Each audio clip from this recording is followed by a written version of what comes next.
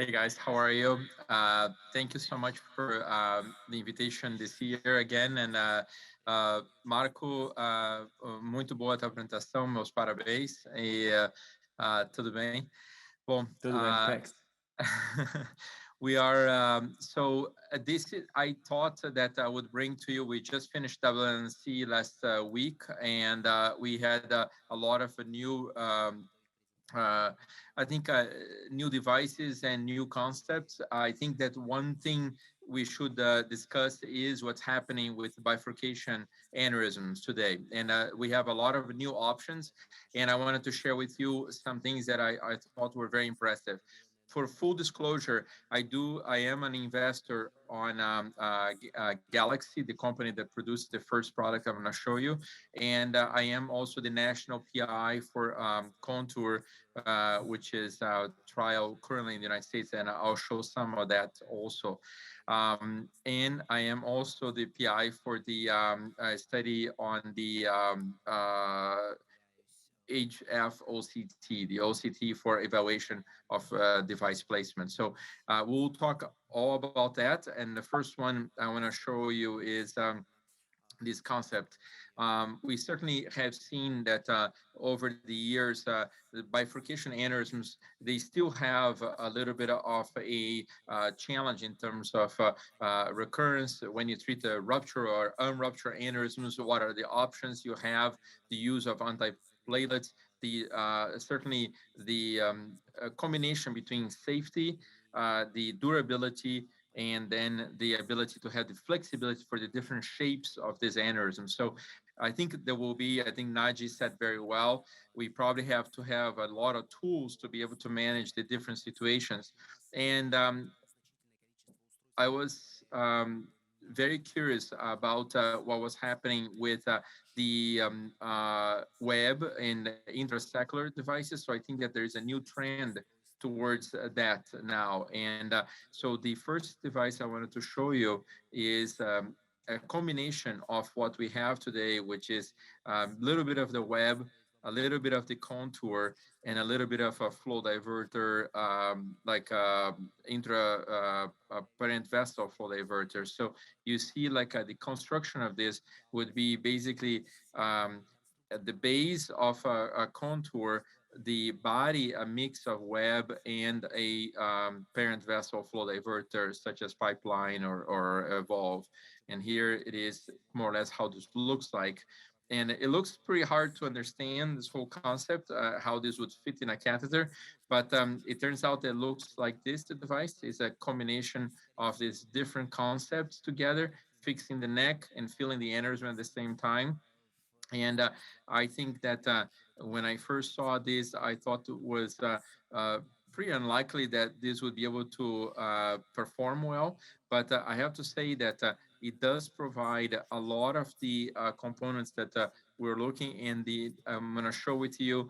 This is from the group of Sam Zidat and Boris Pavon actually did the first in-man cases. They just happened earlier this year, and I will show you some of those results because it's definitely something that surprised all of us. How that would fit inside of an aneurysm as well. One treatment and then have the immediate occlusion on rupture and unrupture, not needing to use antiplatelets, and at the same time have hopefully the durability that we want and the safety we want to see. So the sizing of this may be a bit complex. I think it's a lot of it you're based on that similar to what we're used between the web and the contour measurements, and but it doesn't seem to be as complex as the web sizing. So this is the view of the name of the device is called the Seal, and this is kind of how the base looks like. It's very similar to contour with dual layer. And then this is the first in man case, which is I hope to be showing you for the first time. I don't know if you've seen this before, but I was quite surprised to see.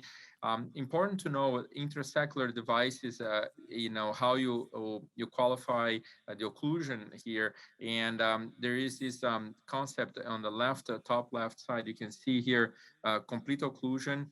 And then you have the neck remnant will be the C. So A and B is considered a complete occlusion. And then if you have A, B, and C, which is with little neck remnant, this is usually called adequate occlusion. And of course, if you have blood going around the aneurysm, then we call that is an aneurysm remnant. And so these are the kind of immediate, as soon as you place the device on the first day, what the core lab adjudicated that from all the aneurysms that were treated in this initial series, there's only one aneurysm that in the immediate post-op still feeling of the aneurysm. That's quite impressive. A lot of these flow diversion techniques, they are not as effective on cooling the aneurysm on its first treatment.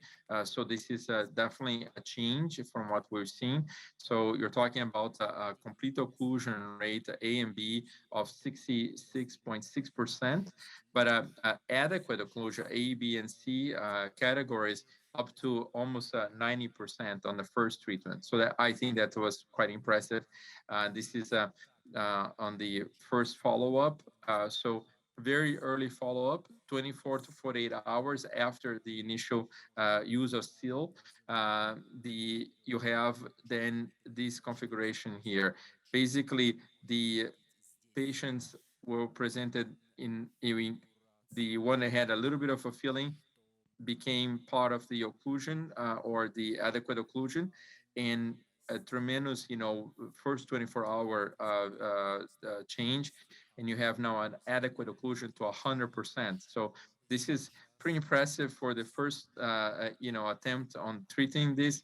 There were no intraoperative ruptures of the aneurysms that were treated. And I'll give you a little bit of a flavor of how the aneurysms look like so that we can get a feel for that. This is of course, the first feasibility study showed that this is something we have safety to go forward with very impressive results, not only technically, but also in occlusion. Extremely effective on the first few cases. And fortunately, on this initial feasibility study, there were no issues with safety. So this is a typical, aneurysm that is good for intracellular treatment. And this is one that, in the past, as we probably have reviewed this ad nauseum, we had used to first clip, and then we start coiling these aneurysms, then balloon remodeling, then using Y stenting with usually self-expanding devices. And then after that, we start doing with perhaps flow diversion even on the parent vessel. But more recently, this became a web case. And then now we have the option to use Galaxy or CO Galaxy or contour devices for this.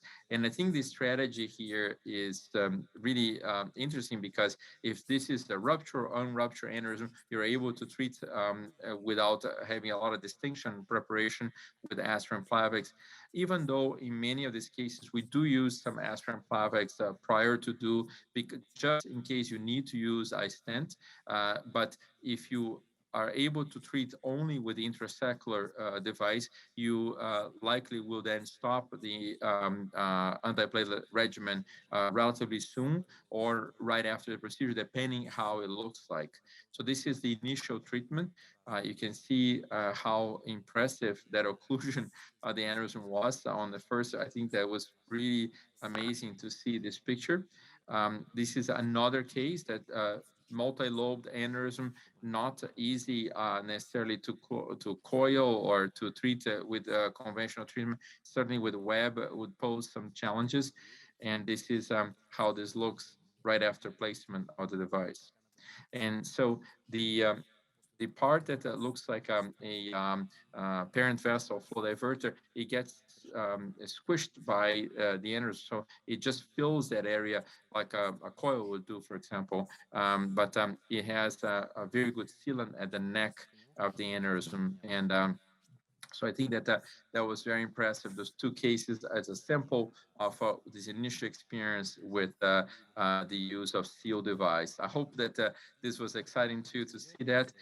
I wanted to share with you a little bit too. We are in the middle of the the U.S. trial for Contour, and now we do have some of the European experience to report. So I'm going to share this with you. I think you're familiar with this device, but this is then very much a neck bridging device, and right now we are using, for the most part, 21 microcatheter to deliver this, and this is basically the promise here is the same. It's the simplicity of sizing, so you don't need to worry so much about the height. You are more worried about the uh, the diameter of the kind of the mid portion or the widest diameter of the aneurysm. So that will be the important measurement to have, and that will then determine the sizing. So you have a much smaller offering. You don't need to have so many sizes, so it makes it simple. If you look at into here, you have from a device diameter 5 to 14, so you don't need to have as many different options of sizes. So that is something that I believe it's an improvement. uh, Remember, for webs we have like 44 different types of webs sizing, and that makes it a little bit more complex to choose the right size. And the sizing also, there's two devices, Contour and Nextent. The Contour is the one that you can treat the aneurysm with a solo treatment without needing to use coils. But you can use coils too, and I'm going to show you some of that. But Nextent is a device that you can go through with the microcatheter, and then it's meant to be used with the coils. So here is the initial comparison between the CEROS trial. This is European data compared to WEBIT, and the meta-analysis of coils and flow diverters in the past. So this seems to be, at least in the European trial, that this has is showing a complete occlusion rate or adequate occlusion that it is favorable compared to the previous technology. So that, plus the simplicity of the sizing, I think it makes it extremely exciting new device. This is a bit of the design of the European trial. The US trial is very similar. It's a prospective, multi-center, single-arm study. And we are basically, in this study, they had the endpoint was a successful occlusion at 6 months. And you can see here that they were able to achieve a progressive occlusion. And this is, we've seen this, of course, with any type of flow diversion. In this case, you're not looking, it's very rare at the end of the procedure to be completely occluded the aneurysm, but as you progress to 6 months and 12 months, you then have that occlusion rate increasing significantly over time. This study was, the primary PI was Thomas Liebig from Germany, and he shared with me his slides on this and to share with you. And this is basically the other way to look at this is the different classifications of occlusion. So you can use, in this case, Raymond Roy, which is the one we normally use for coiling. And then you have this other classification, the WOS, which was for web occlusion scale. And so depending how you look, you may get different results on occlusion rate, but they're not so far apart from what we're used to see on Raymond or on Webb occlusion scale. So, but it's important to be familiar with the different types of intrasaccular scales that are going to be developed, so we understand the results and try to compare these devices with each other. So this is looking extremely promising from the European data. These are some concepts that we're limited today, and I think this is an interesting approach. Is when you the aneurysm is too big, and the web, we've seen this for sure. So in some cases you may have to do be creative, either use two devices or use one device at the neck, but add coils too to support that. And it turns out, and I'll show a technique that Thomas Liebig has published, and these are some of his cases. It's called the Coco Jumbo, and this is basically coil, contour, and then jailed microcatheter for coiling of the aneurysm. So you see a wide aneurysm here, and then you have too large for the widest contour. In this case, you place the contour and you jail the microcatheter inside of the aneurysm. So you're not using like the neck stent. You would place the neck stent first, and then you can go through it. But in this case, you cannot go through it. You have to jail the microcatheter in parallel to the contour device. And then you get some stasis here, but the problem is that there is a test that we do to detach the contour device that is basically you pull a little bit prior to detachment, and you have to see that that device actually does not move from the neck. If it's moving, you cannot detach it. So in that case, if you fail that test, and you can see here that the detachment zone, the microcatheter is pulled back, and you have the gap between the detachment zone of the device and the wire. That little gap is basically a normal gap. You separate the microcatheter from there, and when you go pull the microcatheter back and forth, you can see that there's no movement on the device. The interesting thing about contour is that the more you push forward, the device actually tightens more in the neck. So the concept to that how this works and how it holds in position is that the more pressure receives from the flow or any type of force that goes in the bottom of the device, it makes it expand and seal itself on the neck. So when you do that test and it moves, it means that it's not connected to the neck of the aneurysm. So in this case, then you use that parallel microcatheter to then place coils inside of this. And it turns out to be extremely valuable to have that device at the neck because it provides an excellent barrier for the coils to be in the aneurysm and also seals the device in position. And this is kind of the results that you can get in the end.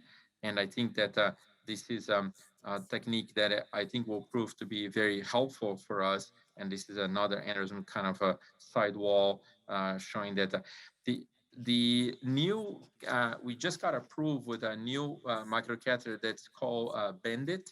And that microcatheter allows us to basically keep the position of the microcatheter tip and deliver web or contour device using the angle of the microcatheter. So it's a steerable microcatheter that allows you then to maintain that because the tendency when these devices are coming inside of the microcatheter is to straighten the microcatheter. So the important thing here is that we're going to have not only the new intrasacral devices, but also new microcatheters that will keep the position in an angle so we can do sidewall aneurysms or side bifurcations that are not straight. So we will be able to maintain that angle and will make it even simpler to deploy these devices by having that stability. Now, this is a case of a recurrence that you have the ability to, again, it's too big of an aneurysm to do one device only. But then if you use a combination of Coco Jumbo, you'll be able to seal and effectively treat this aneurysm. Here you can see how the device is in place. You have some stasis, but it failed the test of stability. So then you add the coils to it. And the advantage of this is that you would normally otherwise just go ahead and stent such an aneurysm. But I think that in these cases, you're getting away without aspirin Plavix.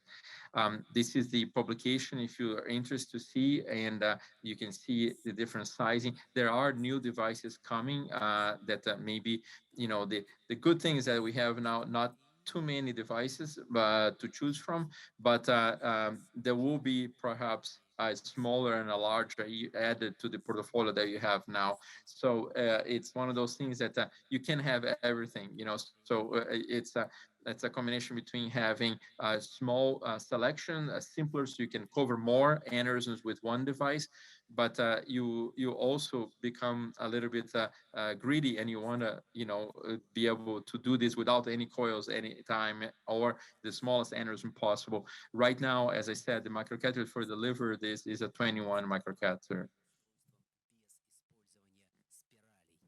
So you have now, the one thing that I think we talked about intrasaccular devices. We talked about the issue of the new microcatheters that are being developed to keep stability and increase the ease of access in different anatomies. And a third part of this, I feel that we just finished a lab actually yesterday. We were doing the training for the trial. So we're finally doing the neuro trial on the use of high frequency OCT. So optical coherence tomography and high frequency optical coherence tomography is definitely a game changer in terms of the size of the intravascular imaging that can be done. You can see here that the VIS-M is that is meant to be used in the neuro, and the trial is just starting now. So we have a extremely, you know, it feels like a wire basically, and then you're able to navigate in neuroanatomy without having the problems that we normally see with Dragonfly or the currently available OCT systems. And here you have a video of how this works. This is very much uh, you have about a 15 millimeter night node tip, and then these it's very much in the size of a synchro wire, so you could use inside of a SL10 microcatheter, and then you're navigating this usually an intermediate about 5/8 or bigger intermediate catheter will allow you to inject 20 to 30 mLs of contrast to clear the path and be able to then obtain the imaging you need. But you need to inject contrast. This is the type of imaging you're going to be able to do. 250 images per second, and you can scan a very large area, you know, 100 millimeters.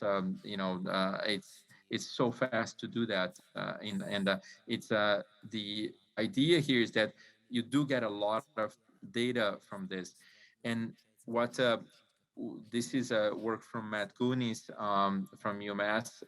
Matt actually look into how can this imaging improve our ability to use intrasaccular devices. And the key part here is that if you have um, the OCT imaging done right after the angiogram or the deployment of the device, you can actually see how the device is in the neck of the aneurysm, and that is a predictive. It can have a predictive value on the occlusion rate over time. So if you have the good opposition at the neck of the aneurysm, you can actually see that at the moment you do the procedure, and you can reposition if you need to the intrasacral device to increase our chance to have a cure for that aneurysm.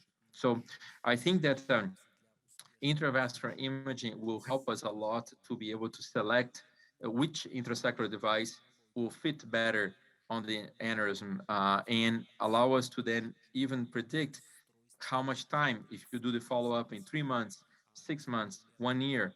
I think all those things are really exciting because of the different options we have, but the ability to have potential imaging that will give us a predictive value if the enters will occlude or not over time.